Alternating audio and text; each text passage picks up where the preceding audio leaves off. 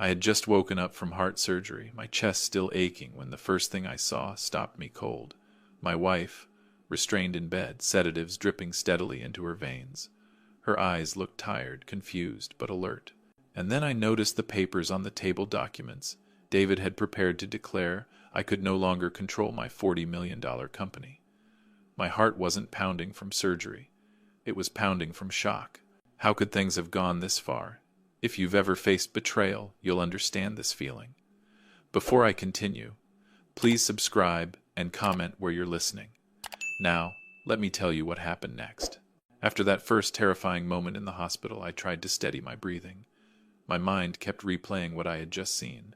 Laura, my wife, the woman I had trusted for decades, restrained, and David, my own son, preparing to take control of everything I had built. It didn't make sense. I had always thought our family was solid, happy, unshakable. I am Robert Miller. I'm 62, and I've spent my life building a tech company in San Francisco. What started in a small garage grew into a $40 million business, and I had planned to retire quietly in the next few years, watching it continue to thrive under careful leadership. I thought I had everything under control, and I thought I knew my family. Laura is 58, quiet, intelligent, always caring for everyone around her. She had been the center of our family's stability, the one who reminded me to slow down to enjoy life outside the office. Our home was calm. Our dinners were peaceful. Our conversations, even when serious, always ended with a sense of togetherness. I never expected that same sense of trust could be weaponized against me. David, he's 35, our son, and the CFO of the company. Ambitious, yes, but I had always believed he would follow the path of integrity. He had helped the company grow, made smart decisions. But ambition can be subtle. I didn't notice the way his eyes lingered on financial statements during family dinners, the quiet way he suggested changes that seemed practical but were really self-serving. I thought he wanted the company to succeed, not to control it completely. Before my surgery, everything had felt calm. I had trusted my team, my family, even my own health recovery. The operation went smoothly. The doctors assured me I would be home in a few weeks, healing in comfort. I imagined quiet mornings with Laura, afternoons, walking through our neighborhood, maybe even sharing more time with David as he stepped into more responsibilities at the company. Life felt simple, and I felt content. But waking up in that ICU, smelling antiseptic, and the faint tang of sedatives, hearing monitors beep steadily in the background, it was like waking into a different world. Everything I had counted on, every familiar face, seemed to carry hidden intentions. I couldn't shake the feeling that nothing would ever feel safe again. Not my home, not my company, not even the people I loved the most. I stared at Laura for a long moment, her hand barely moving, restrained under soft straps, and I wondered how could a life I thought was steady be unraveling before my eyes? And more importantly, what had David planned while I was asleep, vulnerable, trusting him? As I tried to make sense of it, the questions kept coming. Why was Laura restrained? Why did the hospital staff act distant, almost cautious? And why had my son begun positioning himself to take everything I had built? I didn't have answers yet, but I knew one thing. This was only the beginning. If you've ever felt the ground shift beneath you, keep watching. The story only gets darker from here, and the truth behind my family's betrayal is even more shocking. Comment below if you've ever faced a moment where you didn't recognize the people closest to you. And stay tuned, because what happened next would change everything. After staring at Laura for what felt like hours, I finally spoke, my voice trembling. "Laura, are you okay?" The nurse standing a few feet away glanced at me with a practiced neutrality. "She needs rest, Mr. Miller. The doctor insists she stay in bed and avoid any stress." I froze. Rest, stress. Laura had been fully alert when I had called earlier. Her mind, her body, everything seemed fine. Yet here she was, restrained, sedatives flowing, her eyes blinking slowly, as if resisting a fog I couldn't see. Something didn't add up. The smell of the antiseptic mixed with the faint chemical scent of sedatives. Machines beeped steadily, almost taunting in their monotony. I tried to catch the nurse's gaze, hoping for some explanation, but she looked away, distracted, careful. And then I saw him, David, leaning casually against the doorway, a faint smile on his lips. "Dad, you need to rest too," he said softly. "You've just had surgery. Don't worry about her. I've got everything under control." Control. The word lingered in the room, sharp and cold. I should have felt comforted, but instead an uneasy tightness gripped my chest. He wasn't looking at Laura. His eyes flicked to the documents on the table, the files stacked neatly next to his briefcase. My instincts, dulled by sleep and pain, suddenly snapped awake. Something was wrong. I forced myself to move closer, noticing small details, the subtle way he adjusted papers, as if testing something, the quick glance at his watch, the way the nurse's posture stiffened as he spoke. These weren't casual actions. They were deliberate, calculated. And in that moment, the reality hit me slowly, terrifyingly. I couldn't understand. Why was my wife being held when she was perfectly fine? I tried to speak to demand answers, but my voice came out weak. David stepped closer, placing a reassuring hand on my shoulder. I just want what's best for you, Dad. Maybe it's time to start thinking about stepping back. I can handle things. It sounded caring, too caring. The words were smooth, but the intent beneath them was jagged sharp. My mind raced, trying to reconcile the man I had raised with the one standing before me, smiling while my world quietly shifted. Every detail, the sedated Laura, the distant staff, the documents clicked into a pattern that made my stomach turn. I glanced at Laura again. Her eyes met mine briefly, a silent plea I couldn't yet respond to. Her hand twitched against the restraints, subtle but desperate. The monitors continued their rhythm, the antiseptic stung my senses, and the realization pressed in from all sides. David had started moving, and he wasn't planning to stop. That day in the hospital, everything familiar began to feel foreign. I had woken up from surgery expecting recovery, love, and support. Instead, I was staring into the first cracks of a betrayal that ran deeper than I could have imagined. And in that silence, heavy and tense, I understood one terrifying truth. This was just the beginning. David's ambition had already taken its first step, and I had to be ready to see how far he would go. If you've ever had someone close act in ways you didn't expect, comment below. Keep watching. What happens next will reveal the real lengths someone can go when blinded by greed. After that day in the ICU, I returned home, my body weak from surgery, but my mind spinning faster than ever. The house felt different, almost hollow. Laura remained quiet, sedated more than necessary, her usual warmth replaced by a fragile, muted presence. Every time I tried to speak with her, the nurses or aides quickly intervened, insisting she rest. It felt wrong, but what could I do? I wasn't fully recovered, and my strength was still fragile. David, on the other hand, was everywhere. He moved with an ease that made it seem natural, yet every gesture, every word, carried a weight I couldn't ignore. "Dad," he said one evening, sitting across from me in the living room, "maybe it's time to think seriously about retiring. You need peace. I can manage the company now." The words sounded normal, caring even, but my heart tightened with unease. I had spent decades building that company.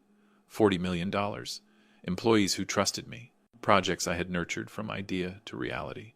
And yet David's soft voice and insistence felt like a slow, quiet invasion. Over the next few days, the small signs began piling up. Files on my desk started disappearing, replaced with copies stamped and annotated. Office keys I had always kept in a safe location were missing.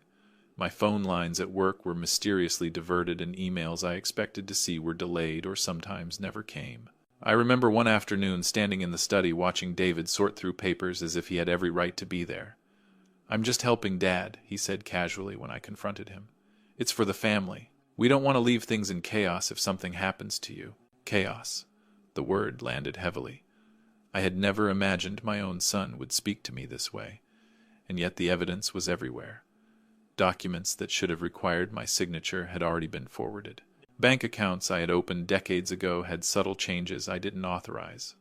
Every interaction seemed to be a step toward consolidating control steps I wasn't even aware I needed to guard against. Then came the realization that hit me the hardest. Laura, my wife, the woman I trusted with my life, was being kept sedated more than medically necessary.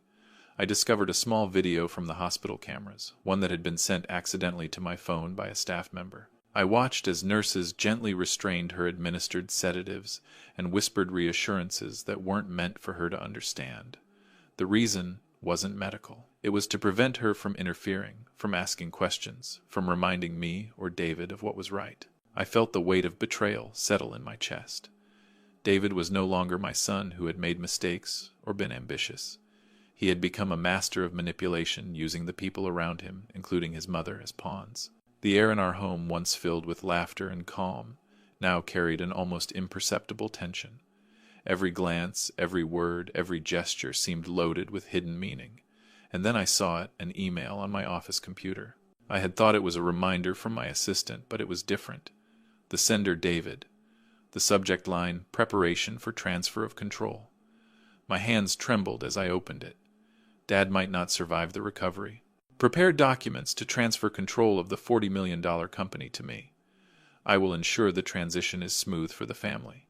The words blurred before my eyes. I read them twice, 3 times, unable to comprehend the depth of what I was seeing. This wasn't a casual suggestion or an overzealous act of ambition. This was premeditated, calculated, and the person planning it was my own son.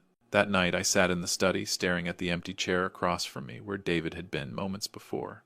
The silence in the room was heavy, almost suffocating. I thought about everything I had taught him, every lesson in ethics, responsibility, and trust. How had it come to this? How had the boy I had raised with love and care become someone who would plan to strip me of everything while I was vulnerable? David confronted me directly a few days later, smiling as he approached. "Dad," he said, his tone almost casual, "I'm just helping. You're not competent enough to decide on these matters anymore. You need to rest, and I can handle the company. Everyone will thank me later." It was chilling, not because of anger, but because of the cold efficiency behind his words. He had framed it as help, as care, but the intention was clear. I realized then that my heart wasn't pounding from surgery anymore. It was pounding from the betrayal, closing in, slow and relentless. I began noticing the subtle manipulations everywhere. At the office, David had started moving key files to a lawyer he had retained secretly. Financial records were altered accounts, subtly restructured. My signature, once sacred, was being forged. The employees, unsure of who was truly in charge, began to hesitate, uncertain of loyalty. At home, Laura remained sedated for longer periods. The staff's explanations sounded reasonable on the surface, but I could see the pattern. Every time she began to assert herself, to speak, or to question David's suggestions, she was quieted. The woman who had always been the backbone of our family was silenced. And David, he watched it happen with a calm, calculated smile. I tried speaking to him directly. "David, what are you doing? This isn't right." He leaned back, casually, crossing his arms. "I'm protecting the family, Dad. You've had your time. Let me handle the tough decisions. You just focus on getting better." It was like he had rehearsed the lines, every word designed to disarm, to make me doubt myself, to make me feel incompetent. But inside I knew the truth. Every action, every subtle manipulation, every sedative administered to Laura, every document forwarded to lawyers, it was all part of a plan. Weeks passed, and the betrayal grew more apparent. David had taken control of communications with partners and investors. Meetings I had scheduled were quietly canceled or attended in my place by him. Contracts were signed, funds moved, and I realized that if I didn't act soon, he would consolidate full control of the company without a single obstacle. And yet there was one mistake he made, one oversight that I noticed in the flurry of his ambition. His overconfidence had led him to leave evidence, scattered emails, copied documents, even hospital notes detailing Laura's sedation and the reasons for it. He had believed he was untouchable, and in that arrogance he exposed himself. I sat late at night, chest still tender from surgery, and made a decision. I wouldn't confront him immediately. I wouldn't show my awareness. I needed to be patient, to observe, to gather everything he was leaving behind. Every email, every medical note, every manipulated document, I would collect it. The house was quiet, but heavy with tension. Laura slept, restrained, sedated, unaware of the danger that had surrounded her. David moved around, confident in his control, believing he was untouchable. And I was learning a new patience, the kind that only betrayal can teach. In those days, the truth became undeniable. I wasn't just recovering from surgery anymore. I was recovering from betrayal, from deception, from the person I had trusted most in the world. David had overstepped every boundary, and yet he had also given me the tools to expose him. Every morning I watched Laura, restrained, fragile, yet still with the spark of intelligence in her eyes. I thought about how she would react when she knew the truth. Every document David had moved, every email he had sent, every signature he had forged, they were all part of his plan, and all of them were evidence. By the time I felt strong enough to move beyond my hospital room and into the strategy ahead, I knew one thing for certain: David had underestimated me. He believed I was weak, vulnerable, incapable of noticing the web he had spun. He believed he had closed every door, controlled every move, and silenced every voice that could oppose him. But he had left cracks. Tiny cracks, yes, but cracks I could see, and I would use them. I realized that betrayal, especially from someone you love, doesn't just hurt. It teaches. It sharpens your senses. It forces patience and strategy, and most importantly, it shows you the path to justice if you are willing to take it. As I sat there in the study watching David leave after yet another helpful conversation, I felt a strange mixture of anger, sadness, and clarity. The man I had raised as my son had become the architect of my turmoil, but I also understood the power of the position I still held. He may have controlled appearances, but the truth was still mine. And in that truth I found the first spark of a plan, a way to turn his ambition against him without ever raising my voice, without ever risking my health, and without ever letting Laura suffer further. At that moment, as I stared at the empty chair he had vacated, I made a silent vow. David would not take my life's work. He would not silence my wife. And above all, he would face the consequences of his choices one way or another. If you've ever had someone you trusted start to take control of everything you've built, comment below. Keep watching, because the story doesn't end with betrayal. Sometimes it's only the beginning of a reckoning, and what happened next would change everything. Just when I thought the situation couldn't get any more twisted, an unexpected call changed everything. My old friend and personal lawyer, someone I had trusted for decades, rang me late one evening. His voice was calm, but there was an edge of urgency that made my chest tighten. "Robert, I've been reviewing some of the company documents," he said slowly, "and I think you need to see this. David has forged signatures on shareholder agreements. He didn't just move files. He's trying to transfer control of the company to himself." I felt my stomach drop. All the careful planning, all the quiet patience I had been forcing myself to maintain it, was more urgent now. But even in that shock, a strange clarity came over me. David had thought he was clever, untouchable, invincible, but in his overconfidence he had left clear evidence behind. I don't understand," I said, my voice barely above a whisper. "He thought he was being smart, but he left it in plain sight." "Yes," my lawyer confirmed. "Every email, every copied document, even the way the hospital records were adjusted. He made mistakes. He was too careful with appearances, but not careful enough with proof. You can use this." I sat in silence, letting the words sink in. All the times I had felt powerless watching David maneuver around me felt like preparation for this moment. Every small action he had taken, every manipulation, had left a trail that was now mine to follow. It was almost poetic. For the first time in weeks, I allowed myself a small, quiet smile. Not because I felt relief, but because the situation had shifted. David's arrogance had blinded him, and now I could see the path forward clearly. I didn't have to rush. I didn't have to confront him immediately. I just had to gather, observe, and prepare. I need to collect everything I said finally. Emails, documents, medical records. Everything he's left behind, and we'll need to make sure the company board sees it. He can't deny what's in black and white. My lawyer agreed. "Be careful, Robert. Don't let him suspect that you're aware. Let him continue believing he's in control. The more confident he feels, the faster he'll trap himself." I hung up and looked at Laura, still restrained in bed, quiet and fragile. She had no idea of the depth of the deception surrounding her. But now, at least I had the tools to protect both her and the company. The plan wasn't revenge, yet it was observation, preparation, and patience. I was stunned. David thought he had outsmarted me, but he had left all the evidence in plain sight. And now I had the clarity I needed. His ambition had created a roadmap for my response. From that moment, a quiet determination settled over me. I would stay silent. I would appear weak. I would let David continue his confident play, believing that everything was under his control. And while he plotted and maneuvered, I would gather the proof that would expose him completely.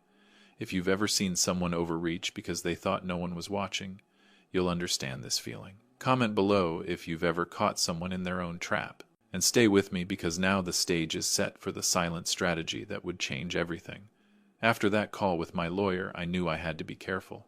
Any wrong move, any hint that I was aware of David's schemes, and he would change tactics, cover his tracks, and make everything disappear. So I stayed silent. I acted weak, fragile, still recovering from surgery, letting him believe he had won. Every day I watched him move through the house and the office with quiet confidence. Every file he touched, every document he signed, every decision he tried to push forward, I observed. I made notes in secret saved emails, screenshots, and even subtle recordings where possible. Each piece of evidence was a puzzle piece that would later reveal the full picture. Laura remained heavily sedated, restrained when necessary, but I ensured that no further harm came to her. The house was quiet, almost painfully calm, with only the hum of machines and occasional footsteps. I spoke gently to her when she was alert, holding her hand, letting her know I was still there, still watching. Her faint smiles and small nods gave me strength. I couldn't let David see any of it. At the company, I discreetly consulted a trusted friend, someone who had been with us since the beginning, who understood the values and the stakes. Together, we coordinated quietly, ensuring that information could be gathered without alerting David. Every conversation was measured, every interaction carefully designed to maintain the illusion that I was still weak, still vulnerable. The tension built slowly. David continued to make moves, completely confident that the company, the house, even my wife, were all under his control. He bragged casually to staff about taking over responsibilities and even hinted to investors that I was stepping back. But every word, every action was now being documented by me. His ambition was his blind spot. I kept reminding myself of the goal: patience. Let him continue, let him overreach. Each email, each unauthorized signature, each manipulation of Laura's care, he was building his own trap, and I was ready to step in at the perfect moment. In those quiet moments, I reflected on everything I had taught David over the years: responsibility, trust, integrity, and yet here he was acting without either. I felt a mix of sadness and resolve. Sadness for the son I thought I knew, and resolve that justice, not anger, would be the way forward. I kept everything silent, I whispered to myself one evening, watching David leave the study with another folder just to watch him trap himself with his own ambition. That night, I looked over the collection of documents I had secretly compiled. Emails, hospital records, company files, everything was in place. Soon David's confidence would meet reality, and the truth would come out. But until then, I remained calm, careful, and patient. If you've ever had to wait silently while someone overreached, comment below. Stay with me, because now the pieces are in place, and the moment of truth, the reckoning, will soon arrive. The day I had been waiting for finally arrived. David walked into my office, smiling as usual, carrying yet another folder as if it contained the keys to our future. I greeted him with a calm nod, pretending to be weaker than ever, still recovering from surgery, still dependent. He didn't suspect a thing. I waited until the meeting with the company board, a routine review they had scheduled weeks earlier. David had been preparing, confident, certain that the transfer of control he had been orchestrating would go unnoticed. He spoke to the board as if he were the rightful authority, explaining decisions he claimed I had approved. Every word, every gesture was designed to reinforce his dominance. And then it was my turn. I simply stood, walked calmly to the table, and handed the lawyer in attendance the documents I had collected over the past weeks. Emails, copies of forged signatures, hospital records showing Laura's unnecessary sedation, all laid out in plain sight. No emotion, no dramatics, just facts. The room went silent. David's confident smile faltered the moment he realized what was happening. He tried to speak, to explain, to control the narrative, but the evidence was undeniable. Every forged signature, every manipulated document, every plan to seize control of the company, all there perfectly documented. I watched him struggle as the board reviewed the materials. His overconfidence had been his downfall. Each piece of proof he had left behind was like a nail in the coffin of his ambitions. The very actions he believed would secure his position were now exposing him completely. "David," I said quietly, letting my voice carry across the room, "these documents show exactly what you've done. Forgery, manipulation, and attempts to take control without authority. The board will review everything, and legal action will follow." He opened his mouth, but the lawyer raised a hand. "No explanations, Mr. Miller. The evidence speaks for itself." The shift in the room was immediate. Board members whispered among themselves, comparing dates, signatures, and emails. Investors who had been uncertain about the company's leadership now saw clearly what had been happening behind the scenes. David's credibility crumbled before their eyes. I felt a strange calmness as I watched him, not from pleasure or revenge, but from the satisfaction that truth and only truth had won. No threats, no shouting, no dramatics, just facts laid bare. The board made a swift decision. David was suspended from all company authority, pending a full investigation. The transfer documents he had prepared were voided. His attempts to manipulate the company and its shareholders were formally blocked. The room, once tense with uncertainty, now felt like it had been cleared of smoke, revealing the clarity of justice. I looked at David as he gathered his things, the color drained from his face. There was no anger in me, only quiet understanding. He had underestimated patience, underestimated the power of evidence, and underestimated the lengths I would go to protect both Laura and the company. Laura, who had been sedated and restrained for so long, was now free. She sat quietly in the room, watching, her eyes wide with confusion and relief. The staff moved, carefully ensuring her comfort, and I held her hand, letting her know she was safe. I simply handed the documents to the lawyer.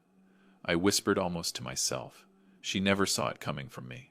The board confirmed the changes, ensuring that company control was restored to its rightful structure. Investors regained confidence and employees breathed easier knowing the truth had been revealed. David, once so confident in his plan, was left with his own reflection, exposed, powerless, and accountable. That day, I realized something important: revenge does not require violence. Justice can be delivered through patience, careful planning, and truth. I didn't need to raise my voice. I didn't need to threaten or intimidate. The facts spoke louder than any argument could, and they had dismantled David's ambition without harming anyone. If you've ever had someone betray your trust, comment below. Sometimes the best way to respond is with quiet strategy and unshakable truth. Stay with me because the story isn't over. There are consequences yet to come, and lessons for everyone involved. After the board meeting, the house felt different. The tension that had filled every corner for weeks began to lift, though it was replaced by a cautious quiet. David, once so confident and commanding, had been stripped of his authority, suspended from the company, and faced the reality of his actions. His ambition, once a silent threat, had been exposed for everyone to see. I watched him leave the office that evening, his posture stiff, the mask of confidence gone. The board had taken swift action, reviewing all shareholder rights, securing the company's future, and making sure no further manipulation could take place. Employees and partners alike now understood the truth, and the company began to stabilize. At home, the focus shifted to Laura. She had been sedated and restrained for so long, and I realized how much that had weighed on her, how much control had been taken from her. The nurses and aides gently removed the restraints and reduced the sedatives. Her first deep, unrestricted breath seemed to fill the room. I helped her sit up, supporting her as she adjusted to the newfound freedom. There was a subtle change in the air. The faint aroma of herbal tea from the kitchen mixed with the soft hum of the evening outside, creating a quiet warmth that hadn't existed in weeks. Laura smiled faintly, her eyes meeting mine with a mix of relief and lingering confusion. I didn't understand why, she began softly, her voice fragile but gaining strength. I held her hand, feeling the weight of everything that had happened, and simply said, "It's over now. You're safe." The simplicity of that sentence and the truth behind it seemed to calm her. I could feel her slowly regaining her own strength and presence.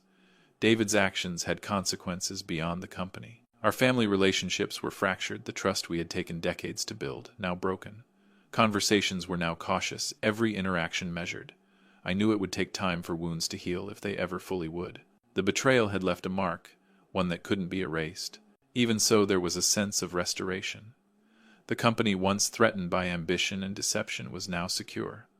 Laura, freed from manipulation and sedation, could begin to reclaim her life. And I, having faced the depth of betrayal and the weight of calculated ambition, felt a quiet satisfaction in knowing that justice, not anger, had prevailed. I walked through the living room that evening, noting the subtle signs of life returning. Laura's teacup on the table, a small stack of books. She had begun to read again, the soft light casting gentle shadows across the room.